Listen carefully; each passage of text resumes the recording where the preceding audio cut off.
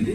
పెరిగే వరకు కాంగ్రెస్ ఏదో ఇంతకుముందున్న ప్రభుత్వం జిఎస్టీ అమలు చేస్తామంటే చేయలేకపోయింది. ఇది డెస్టినేషన్ ట్యాక్స్ చేసిండ్రు, ఇంకా కంప్లైంట్ చేంజ్ చేసిండ్రు.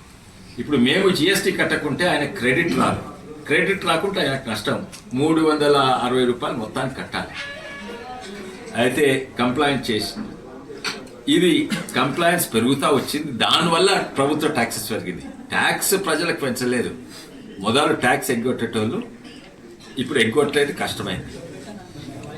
అయినా కూడా ఓ 15-20% నేను అనుకుంటా అందాజా ఎగ్గొట్టేటోళ్ళు ఉన్నారు.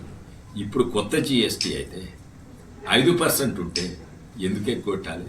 తక్కువనే కదా. మోడీ గారు రోడ్లు మంచి చేస్తున్నాడు, ఆయనకు యూరియా ఇస్తున్నాడు తక్కువ ధరల, ఆయన కొనుగోలు చేస్తున్నాడు. ఇక 5% ఛార్జ్ చేస్తున్నానే ఖర్చు. 28% అంటే అరే ఎగ్గొట్ట బుద్ధి అవుతుంది. ఇప్పుడు ఎవ్వరు కూడా ఎగ్గొట్ట బుద్ధి కాదు. అందరు కూడా దేశభక్తులైన మోడీ గారు మన మీద నమ్మకం పెరిగింది.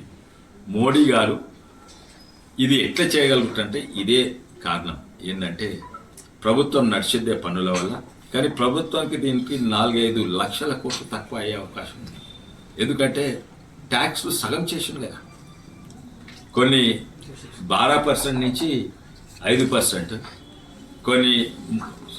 కొన్నేమో 1/3 చేసిండు. 18% నుంచి 5%, 18 నుంచి 5%.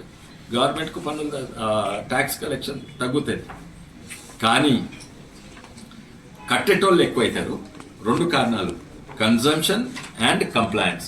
ఎగ్గొట్టేటోళ్ళు తక్కువైతారు. నేను అంత అగ్వలు దొరికితే వీళ్ళంతా ఛాయ్లో 2 బొట్లు నీళ్ళు వేసేవాదు, 4 బొట్లు నీళ్ళు వేస్తా, 1 ప్యాకెట్ ఇంటికి కొనేవాదు, 2 ప్యాకెట్ పాలు కొంటా. అయితే కన్సంప్షన్ పెరుగుతుంది. అయితే కన్సంప్షన్ పెరుగుతుంది, కంప్లైంట్స్ ఎక్కువైతుంది. దీనివల్ల ఇది ప్రజల మీద నమ్మకంతో చేసిండు. ప్రజలే కాదు, మేము బిజినెస్ మెన్ల మీద కూడా నమ్మకం ఉంది. నేను ఉత్పత్తి చేసిన, తను హోల్సేలర్ ఉన్నా, తన స్టాకిస్ట్ ఉన్నా, తన రీటైలర్ ఉన్నా. అయితే ఇండస్ట్రీస్ కూడా లాభమవుతుంది, పేద ప్రజలకు అన్నిట్లో ఎక్కువ లాభమవుతుంది. ఎందుకంటే సంక్షేమ పథకాలు ఎట్లొస్తాయి? ప్రభుత్వం దగ్గర పైసలు ఉంటుంది, ప్రభుత్వం పైసలు పన్నులు కడుతున్నాయి. అయితే ఇవాళ రేపు పేద ప్రజలు కూడా సబ్బు కొంటున్నారు. ఎందుకంటే పేద ప్రజలు సబ్బు లేకుంటే దువ్వెనలు, టూత్ పేస్ట్ కొంటున్నారు. పేదోళ్ళు కూడా రెడీమేడ్ గార్మెంట్స్ కొంటున్నారు, బట్టలు కొంటున్నారు. అయితే వాళ్ళ దగ్గర ట్యాక్స్ వసూలు చేస్తున్నాడు, 18% వసూలు అన్ని ప్రభుత్వాలు.